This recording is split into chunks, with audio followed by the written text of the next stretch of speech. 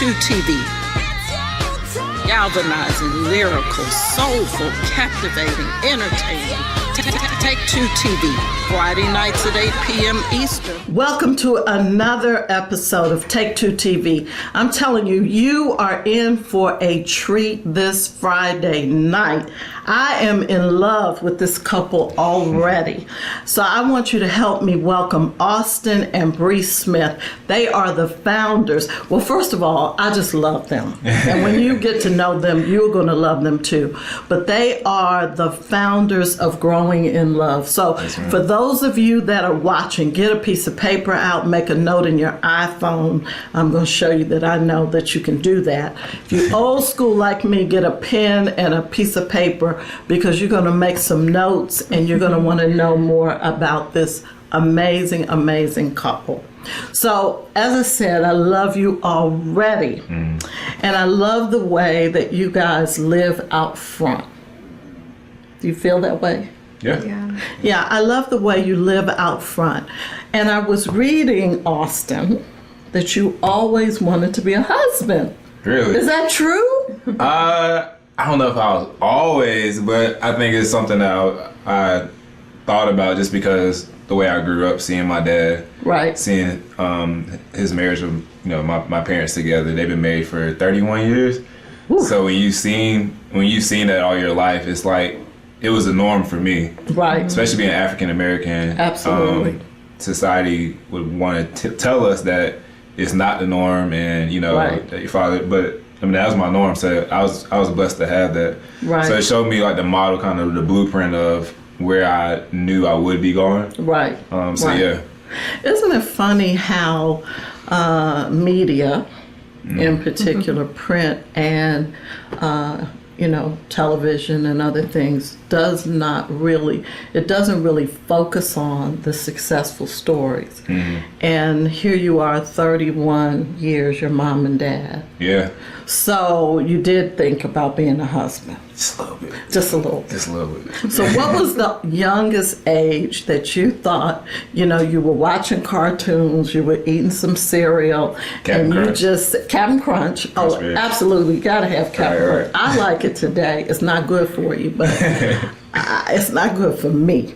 But what was the actual age that you felt that way? Realistically, probably in college, so probably in my 20s. I would say maybe around 20, 22, 23. Okay. That's when I realized, I knew that, especially in college, I knew I wanted to meet my wife in college. That was a desire of mine. Was I ready at first? No, but I knew like around, in my sophomore year maybe, that I wanted to meet my wife in college. So yeah. Okay. So Brea, Breland, what should I call you? Brea. Yeah. So you were eating some Captain Crunch, right?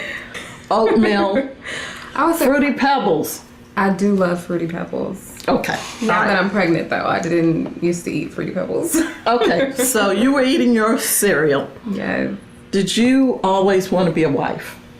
Yes, definitely. I grew up with both my parents in my home as well. And so I always just saw love. Like my parents, we didn't have everything growing up, but one thing that they always had was love. Right. And I've seen my parents just go through everything, but just the grace that my mother had for my father throughout everything that he went through. I mean, the love that they exuded for each other was just amazing, and I always wanted that. So I definitely always desired to be a wife. I knew that was a part of my calling. Wow. So how old were you when you thought, I just want to be a wife one day? Playing with Barbies. At the age of probably like 7. That was always a fairy tale for me. Not like the wedding or anything, but just being in love. Like that unconditional love, I always wanted that. And I didn't know what all it meant to be a wife at that age, but I just knew I wanted that. So. Right.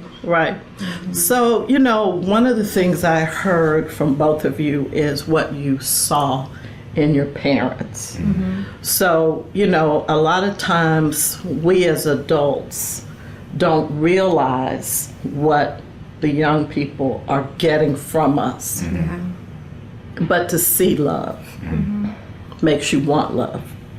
So, Brea, when you met Austin at Winthrop, tell me about that. And when you met him, right? So we're gonna act it out a little bit. Yeah. You were in what, student union? You were walking down the campus. When did you see Austin? So I saw Austin a lot around campus, but we would always just, you know, it was a high and by thing. Okay. I feel like I was always in a relationship. And you were in a relationship a lot of the times too, during college. So when we met each other, we really didn't see each other like that, in that way. Okay. Yeah. Okay. All right. So high, by, high, Yes. on campus. Dun, dun, dun, dun. When did you think this was a potential husband? When did those fireworks go off? When did you say, he could be it? I would probably say, even the first time I met Austin, I could definitely see potential. When it was not our first time meeting, but our first date. We went to the lake, and he just approached me in a way that I had never been approached before. Okay. He asked me so many questions. I thought it was an interview, you know? Okay. I knew he really wanted to get to know me. I mean, he just asked me what my intentions were, and he asked me questions that were so direct that it was like as if he knew that I was his wife already. Okay. So yeah, I just So felt can I that be was very nosy different. for just a Yes. minute? So give me 2 questions that he asked you. Let me live vicariously. Yeah. I know the one thing that he asked me was, did I see him as a husband? This is on the first date? First date. First date. where do we see this going? You see this? Whoa. It was like, you know, if we're dating, either we're gonna break up or we're gonna get married, you know. So Okay. where do you see this going? And I'm like, Okay. well, listen, this is our first conversation. This is a lot. Okay. Now, what about Brea Yeah. made you, Austin, decide I want to ask her these questions? For me, I was at a place where I was tired of meaningless relationships and just to dating people just to date them. I figured at the age I was at and where I wanted to go, I wasn't really getting anywhere. And the people, you can really be compatible with anybody. You can just take anything, but for me, it wasn't. I didn't want to settle anymore. When it came, Hashtag don't settle. don't settle, Don't settle. because a lot of people do. I think A lot of people do, right? a lot of people, you know, Especially when you get to a certain age and you think I should be married, right? yeah. Yeah. And some people, you know, they rather just jump in a relationship than be lonely, and In the relationship because they didn't choose wisely. yeah, exactly. Okay. And so for me, she was somebody, I really admired her relationship with God, but of course, sometimes people use that, especially guys, they'll use that as like it's like a new pickup line almost, like, oh, you love God, so that's really attractive. But one thing about that is after a certain period, that's gonna fade away. Fades away. Right. Especially if it's not your relationship. Right. Right. So for me, I admired her relationship with God, but also her qualities as far as she had class. Like, she wasn't one of those women that, you know, had her body out everywhere. She wasn't one of those girls who, you know, was just everywhere on campus with everybody. Wow. It was stuff like that. She was somebody I could see that I could take home to my mom. Someone, and then also just through the conversation, just someone who, when we were talking and just the questions were going, I'm like, okay, that's good. Okay, cool. And you're not expecting someone perfect, but my expectation was someone who could grow with me and also who could see the potential in me that maybe I couldn't see in myself. Right. And those are some of those things that Brea did, or she checked off for me. So. Yeah, that is a show in itself, right? Because looking at social media, and oh, by the way, not just in your age group is the new pickup line, "Do you love God?" Just, right. Just information. I don't know. You might not. Everybody using it. Yeah, everybody. Let me just tell you. It's a good one. But it's a show in and of itself, and so we may have to do another show after the baby is born, because there's a whole lot in what you just said. Because I think young people are confused at times with social media and how to really decide what am I looking for, right? Does marriage play into it, and how do I present myself? How do I position myself to be a wife or a husband, right? Absolutely. And so to hear a young man say, she wasn't all over the campus, she wasn't just hanging her body out, when social media would tell you something different. Would you agree with that, both of you? Absolutely. And I think the thing is with stuff like that, the way you entice somebody is the way you're gonna have to keep them. Yeah. So because she didn't use her body to her advantage to say, this is me and this is what you should go after, it wasn't anything about that. And that's why it wasn't just another relationship for us. That's not the only factor, but I think a lot of people have to fight to keep a relationship because sometimes the way they enter, because one way you enter a season is the way, or you begin it is the way it can usually last sometimes. So I think it's important how you go about entering things, but also just how you do things as well. And I think that's just life, period. Yeah, I agree with that. So Brea, I'm sure that on the campus they had young women that were carrying themselves all sorts of ways. Yeah.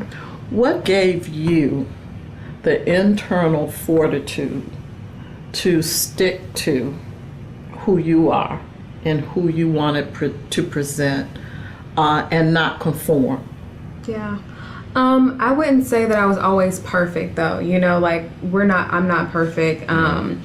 And I'm so glad that Austin met me when I did, because I had a lot of growing to do. Winthrop was a place where I literally was reintroduced to myself. God reintroduced me to myself. And there was a point in time where I was one of those girls, not who was all over the place, but who really didn't know her purpose, who didn't know her worth, who didn't value herself as a woman. And I allowed men to just tell me who I was. I needed validation from them.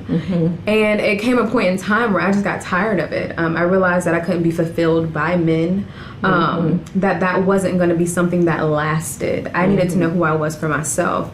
And so around my junior year, which is around the time that I met Austin, that's when I really started just digging into, God, who are you and who do you say that I am? And I think that really helped to just ground me. And when I became so secure in who I was and who God was and who God called me to be, then I was able to walk differently. And I never wanted to go back, because God graced me so much in the seasons before that I was just like, I can't do the other stuff anymore. I have to walk differently because God has shown me who I am. So I'm so thankful for those broken seasons, because it allowed me to be the woman that he was able to see, to be the wife that he saw in me. Because before that, I wasn't.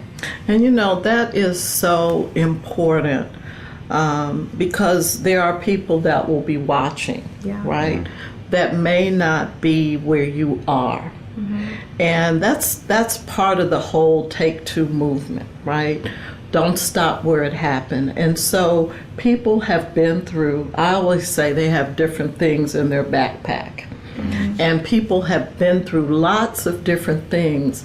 But what you're saying is, if we allow the Lord, right? That he will create a new day, create a new season, and allow us to walk in the purpose and in the path that he would have us to do. Right? So that's really, really powerful. I'm so impressed with your wisdom at such a young age. Only God could do that. Absolutely. Right? Absolutely. Only the Lord can do that. Jesus. Yeah, I know that. So do you guys ever disagree? Oh, yeah. Yeah? How does that go? It depends. Our arguments aren't really like huge. Like we've had some, big arguments, but I gotta put us out there. One time we had an argument. I like Chick-fil-A. You like Chick-fil-A? I do. Chick-fil-A is blessed. It's all that, right? Right. The lemonade at Chick-fil-A is going on. Yeah. So I like the ice cream. You like the ice cream? With the chocolate chip cookie, though. So I haven't had that, but the ice cream is all that. It's something about the texture. But you gotta get the cookie too. Okay, well I'll do that. And then this is what you do. They close at 10. I'll try into the ice cream. Into the ice cream. So this is what happened. Make it happen. Gotcha. I was in I was home, and then she was at Chick-fil-A in the drive-thru. So I was like, hey, you might pick me up ice cream and a cookie. So she was like, okay, cool. She picked it up. Long story short, I get home. When she gets home, she has the ice cream in a cone. Okay. You wanted it in a cup? I wanted it in a cup because I wanted to break the cookie up. Okay. And I had asked her, if she could get it switched out, but she's like, I already ordered it, and she doesn't like being inconvenient sometimes. Okay. So she's carrying this cone home. She's carrying the cone home. Okay, gotcha. She comes in, I'm excited to eat, and then I come in, or she comes in, and I just see it on the cone. I'm like, I'm just kind of, it's like a roller coaster. You at the top of the peak, and then Did you have a bowl at home? I had a bowl, but this is the thing though. The ice cream is only this big. Okay. And then we that was like one of our silly arguments, Okay. So that sounds really silly now, but Y'all, he was really mad about this ice cream. I really was mad. And you were thinking, get a bowl. Yeah, I was like, listen, we have bowls and spoons, and you can just break the cookie up and put it in there. And put a little bit of the cone in there. But see, it's about the whole experience. It's the experience. So. I'm going to be at Chick-fil-A today at the drive-thru. Oh, yes. The cookie. No more am I doing just cones. You can't. Okay. You can't. So, power couple. Do you see yourselves as a spiritual power couple?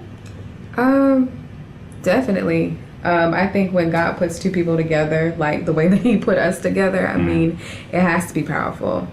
Especially when two or three are gathered, listen, he is in the midst. He is in the midst. So, yeah. So how long from the interview, the first date interview, before the proposal?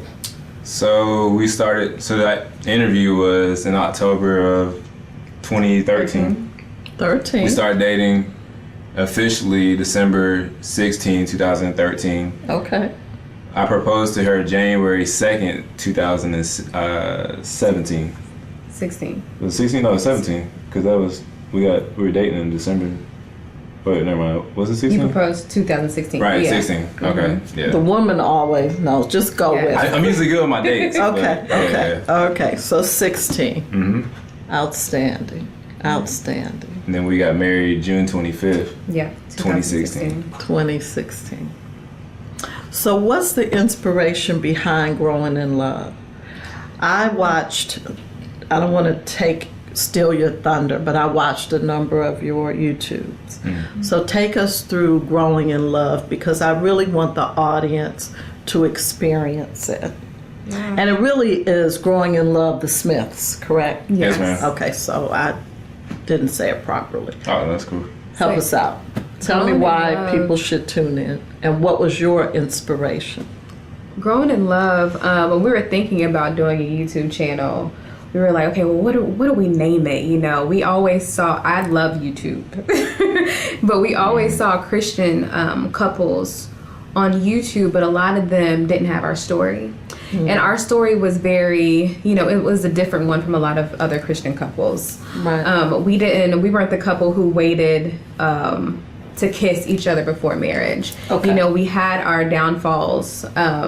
So when we thought about it, we were like, listen, our marriage talks about the testament of grace. It just talks about God. It's very transparent, and we're like growing in love, because in our marriage, we want to continuously be growing in God. We want to be continuously growing in love with each other. We never want to stop. Right. So we were like, this is going to be the perfect title, Growing in Love, because that's something that we're always going to be doing. It sounds like an own show. Let me just put that out Put that out there. I mean, Oprah, Growing in Love, The Smiths. I don't know. I see it on Saturday night, 8 o'clock. I love Come on, it. I What do you receive think? it. I agree. So if you get that, okay, I need ice cream and a cookie. I'll have it on the plane for you. Okay, just saying. Just saying. Deal. So, admittedly, you married young, right? And I guess, you know, we could debate young or not. But what do you see as the benefit? For me, I would say, so I was 24, she was 23. For me, it was, I think it just depends on the situation and the people. Everybody can't handle being married young, because for us, what was the benefit was our mindset going into marriage was we knew where we were trying to go. Like, even when we were dating, especially once we truly committed to honoring God with our relationship, our mindset was never like me and you, it was us. For instance, I got my car towed one time on campus, and immediately she was like, I got you. Like, it was like $165, and she just got paid, and she's like, don't worry about it, I got you. It was small stuff like that. She, and that campus towing thing. Yes. What? I think they just look for somebody to tow. Yeah. So, But anyway, she had you. yeah, it was stuff like that. And it's traumatic, right? So It was that traumatic. 163 was a help. Especially in college. You know, in college, you're broke. You were broke. You were broke. But Absolutely. Even behind stuff like that, I think being married young, we were able to learn lessons now that allows us to realize that our marriage wasn't just for us; it's for the people after us and the people that we're connected to. Legacy. Yes. We really believe that. That's I know big. for Brea, she's called to help women. I believe I have a calling to help men as well. To do that together, whether it be singles, whether it be couples, college students. That's what we know our ministry is. So if God can use our story at a young age to help other people, and to do it through one of the most powerful, resilient forces, which is marriage. Right. Right. And we're willing to allow him to do it. That's the thing, you have to be willing. That's right. It's just like, why not? Like, why not? So it's been nothing but a blessing. Some people thought we maybe should wait, take some time, like really think about it. There's nothing to think about, because, you know, there's sometimes guys will wait 4 or 5 years, you'll buy a house with somebody, you'll have kids, and you'll hold her hostage and won't marry her for another 7 years. Wow, that's a whole nother show. Right. You know what? I think we might have to do a week. Listen. But the real thing is, so many people, young and older, think that compromising, back in the day, people used to say, get the cow and, you got all of that. What's the point of marrying? But I want to ask you something. So I'm a mother of a son and a daughter. Okay. So let me just go here for just a second. So you sit down with your mother and you say you want to get married. My mom? Your mother. So was she like fabulous? I think she knew that Brea was going to be my wife. Okay.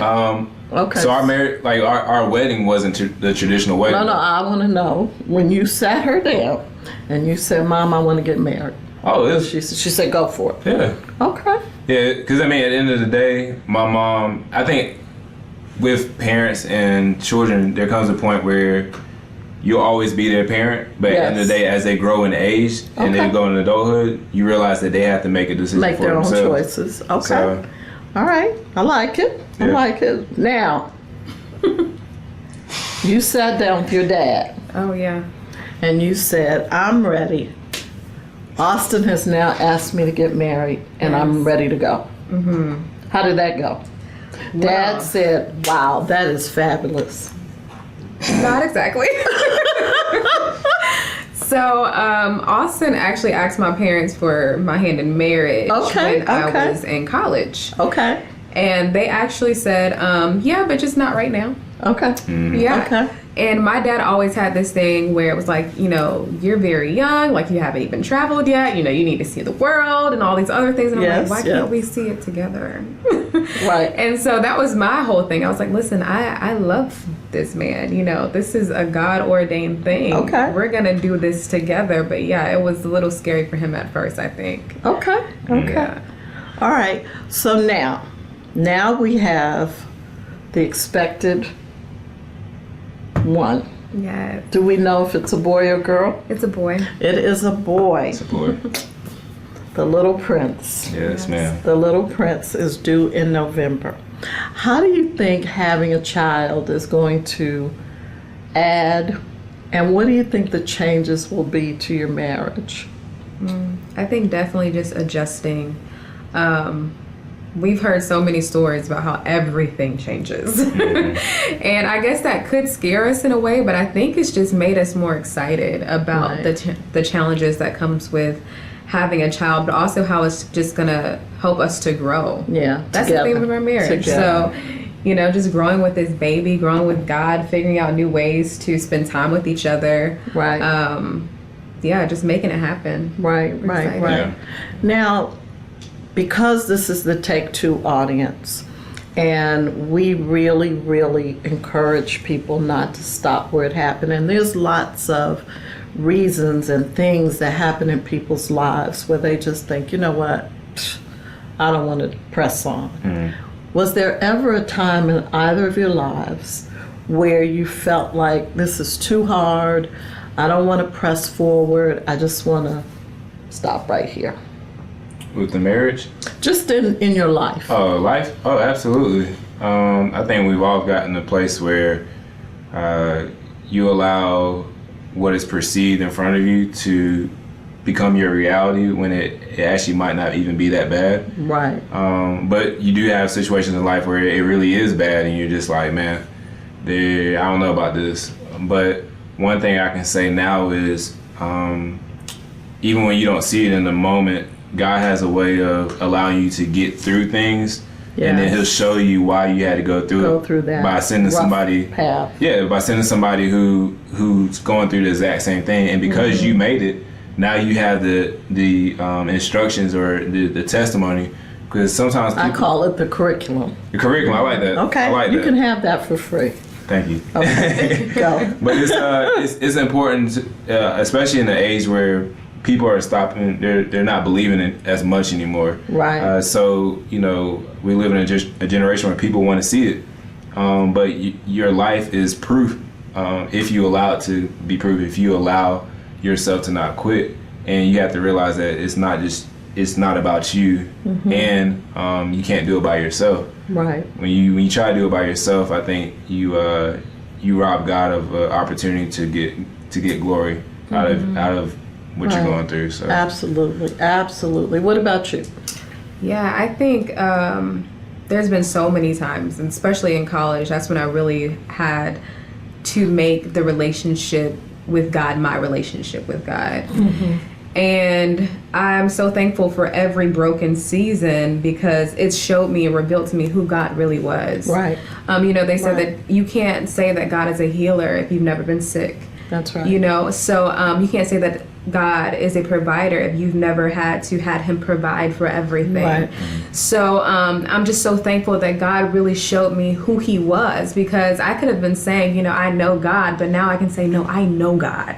Right. You know, I know the type of God I serve because of everything that He's brought me through, because I've been at places where I've been at rock bottom and realized that God, you are that rock. Yes. So yes. Yeah, definitely. There's a season for everything. That's right. And God makes everything beautiful in His timing. You just have to keep going. I remember reading in Ecclesiastes when it talks about there's a time to kill, there's a time to sow, there's a time to grow. And if you just keep reading, you just keep turning those pages, it says, but God makes everything beautiful in His timing. Yes. So I would just say keep going. Yes. I mean, one step. How do you know? You know, one of the things we talk a lot about is identifying your purpose, right? And earlier in the show, you talked about knowing that your ministry is men, your ministry is women, and together your ministry is couples, marriage, and so on. How do you know? How are you sure about your call?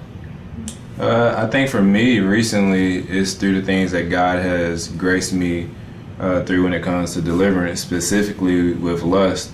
There's an epidemic, especially in the church, with people who serve in church with pornography, lust, and we don't talk about those topics because everybody kind of wants to brush over them. But through my experiences with it and God's delivering hand through it, and how He's graced us through our marriage with it, when it became exposed, I saw more and more men specifically who was like, okay, I'm not the only one. And seeing that, it gave me confidence. Like, this is why I fought so hard when I was 16. This is why I fought so hard in college with this, because I wasn't just fighting, it myself. Sometimes it's you're fighting your granddaddy's demons, or you're fighting people before you. But also you're fighting for the people who are coming after you, because everybody that you realize or not, you're a door for somebody to go through. But if you don't choose to open up and allow people to see, like, if you don't allow people to see your scars, they'll never know that there's a way to be healed. You know what I'm saying? And the perfect example is Jesus. Like, Jesus died on a cross naked for us, unashamed, exposed, so that we could get the healing that we need. And us being followers of Christ, we have to be willing to expose ourselves. And not saying that we have to die for people, but we do have to die to our flesh. And die to our opinions, die to pride, and not wanting to show people like the real us instead of hiding behind a mask.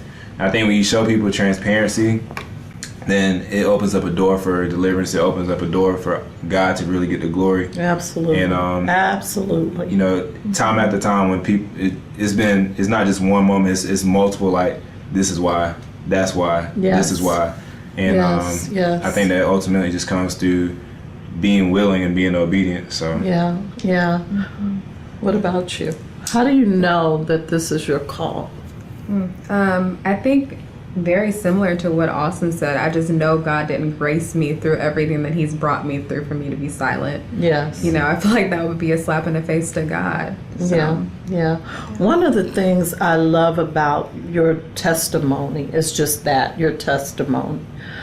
Because there are people watching, younger and older, that are sitting there thinking, what about me? This is so bad. I am dealing with pornography. I'm dealing with, lack of self-confidence. I'm dealing with these demons.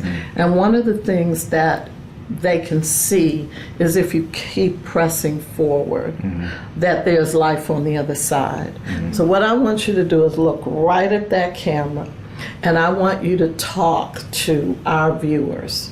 And I just want you to briefly encourage them, particularly young people. But you know what? I'm not the young people anymore, but I'm not the old people either. I'm somewhere like halfway. I'm working with that.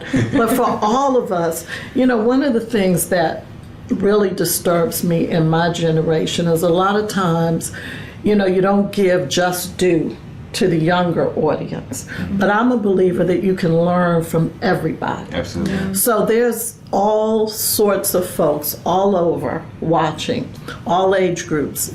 And I want you to give them some encouragement, regardless of where they are right now. I'm sitting there, they're sitting there saying, what's the use? Okay. For me, whoever's watching this right now, you have to understand that when God spoke you to existence, He spoke a solution to a problem here on this earth. You're not here by happenstance. You're not here by accident. Even if you were told that, it was a lie straight from hell. But God has specifically orchestrated you for the time that you needed the most. So even in this situation that you find yourself in, that seems frustrating, that seems like there's no way out, there seems like there's no end to this, God will get glory out of this if you allow Him to. First thing that you have to allow Him to do first is you have to surrender. And surrendering, even when you don't feel like it, surrendering when it doesn't make sense. Once you get your hands off the table and say, God, you know what? I can't do this. is on you, then that's when usually God has a way of showing himself mighty. And the last time I checked, God has never stopped being God. He never will stop being God. Yes. And his resume speaks for himself. Yes. So I challenge you in this moment to, whatever your situation is, whatever what you're facing right now, whether it be family, whether it be finances, whether it be with school, I challenge you to allow God to handle it for you. Yes. To take your hands off and say, you know what? This one time, God, I'm gonna see if you can show yourself mighty, and I guarantee you that he will do that for you. Yes, yes, yes. Amen, amen. So one thing that I would say is, I know you may be feeling down, I know you may be feeling guilty, ashamed, but one thing I want you to know is that it's not about you. It's about the person who is connected to you. It's about the person who is watching you, who you may not even know right now. It's about, if you do not become obedient to what God is telling you to do, then somebody else may not be able to walk through the door that they're needing to walk through. So you have to get over yourself. You have to allow God to be greater than whatever you're going through, because he is greater. The word says that greater is he who is in me than he who is in the world. So stop feeling down about yourself, because God's grace is sufficient enough for even you. God loves you. He will never leave you nor forsake you. He has not given up on you. You are going to be okay. All you have to do is keep going. Yes. He loves you. Yes, yes, yes, yes. Wow. Powerful, powerful. You're coming back. I'll wait until the baby is here. We're going to bring the baby as well. Nice. But so that people can continue to stay connected to you. And we'll include it in the show so everybody can follow. But let them know how they can keep up with you, how they can see all of the information, YouTube, everything. Yeah, so our YouTube channel is Growing in Love The Smiths. You can subscribe and follow us on there. We also have Instagram, social media. My Instagram is Austin X Gerard, that's Gerard. And my wife is Brea Smith on Instagram. And then if you want to email us questions, you can email us at growinginlove2016@gmail.com. Yeah. Yes. What does X stand for? Well, it's actually Austin times Gerard. Gerard's my middle name. That's my dad's name. So Okay, Dad. I was just wondering what the X was. In any event, we have reached the end. This has been an amazing time. I loved them before they took the sofa. I really did. I watched and read all about you sincerely. And so I want you to follow this young couple. They're powerful. Remember, every Friday night, we're right here, Eastern time. If you're in another time zone, you're going to have to figure that out. I do know Central is 7 o'clock. I'm not working with the West Coast. But you can find us at Fire Stick, Roku TV, Apple TV, WBNDTV.com, or my website, which is Take2now.net. Listen, this is a powerful show, and we really work hard to bring you guests that we find to encourage you, because that's really what this whole thing is about. So if you've got some feedback, some suggestions, please email me at Tanya, Tanya, at Take2now.net. Until next week, be blessed and have a great week. Take2 TV. Galvanizing, lyrical, soulful, captivating, entertaining. Take2 TV. Friday nights at 8 p.m. Eastern. 30 minutes of real life people, real life stories, real life victories. Only on WBNDTV.com, Fire Stick, Roku TV, and Apple TV. Take2 TV. My protector, you are a shield